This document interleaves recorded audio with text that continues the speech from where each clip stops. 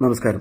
വഖഫ് bill പാസാക്കിയതുമായി ബന്ധപ്പെട്ട് നടക്കുന്ന ചർച്ചകളിൽ ബോധപൂർവം രാഹുൽ ഗാന്ധിക്കും പ്രിയങ്ക ഗാന്ധിക്കുമെതിരൊക്കെ ആയിട്ടുള്ള ചില സൈബർ ഇടങ്ങളിലെ ആക്രമണങ്ങളും അതുപോലെ തന്നെ ചില മാധ്യമങ്ങളുടെ തലക്കെട്ടുകളും ബോധപൂർവം സൃഷ്ടിക്കപ്പെടുന്നതാണ്.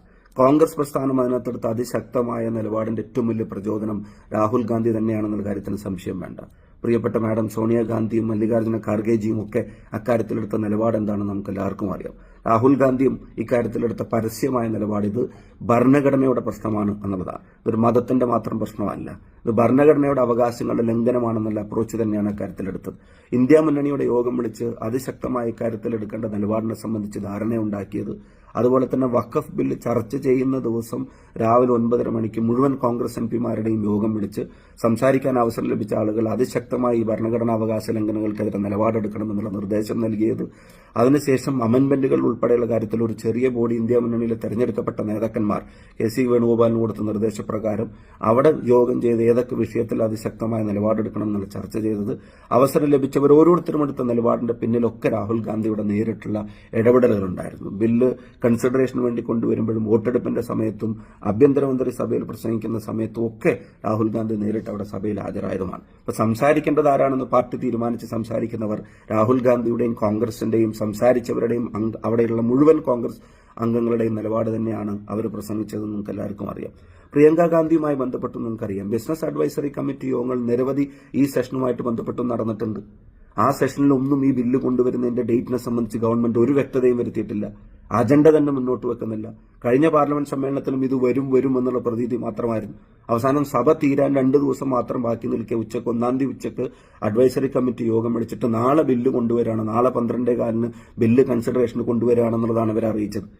അപ്പം പ്രിയങ്ക ഗാന്ധിക്ക് കുടുംബത്തിലെ ഒരു വളരെ അടുത്തൊരു വ്യക്തിയുടെ ആരോഗ്യ പ്രശ്നവുമായിട്ട് ബന്ധപ്പെട്ട് നേരത്തെ നിശ്ചയിച്ചൊരു യാത്ര നടത്തേണ്ടി വരുന്ന സാഹചര്യം, അത് ഒഴിവാക്കാൻ കഴിയാത്ത ഗുരുതരാവസ്ഥയിൽ അവരായിരുന്നതുകൊണ്ടാണ് അവർക്ക് അവിടെ പോകേണ്ടി വന്നത്.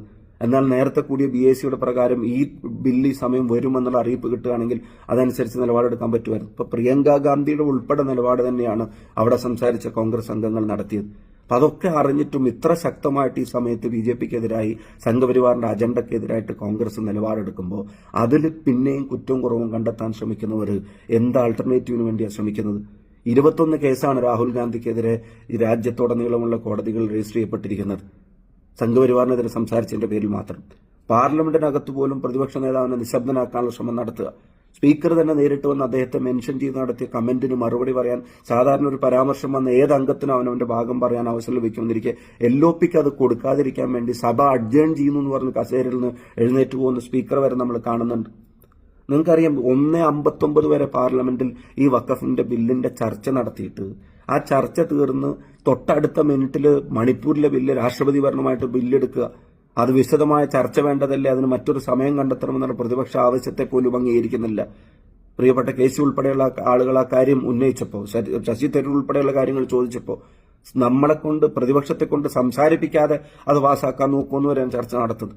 ഇത്ര ആളുകളുടെ ജീവൻ എടുക്കപ്പെട്ടിട്ട്, ഇത്രയും ക്രൈസ്തവ ആരാധനാലയങ്ങൾ ഉൾപ്പെടെ തകർക്കപ്പെട്ടിട്ട്, ആളുകളെ ഇത്ര ക്രൂരമായി വേട്ടയാടിയിട്ട് ഒരു തവണ പോലും രാജ്യത്തിന്റെ പ്രധാനമന്ത്രി ഒന്ന് തിരിഞ്ഞു നോക്കാത്ത സ്ഥലത്ത് നടന്ന സംഭവവികാസങ്ങൾ ഇന്ത്യൻ പാർലമെന്റ് വിശദമായ സമയമെടുത്ത് ചർച്ച ചെയ്യണമെന്നുള്ള പ്രതിപക്ഷ ആവശ്യം പോലും നിരാകരിക്കപ്പെടുകയായിരുന്നു.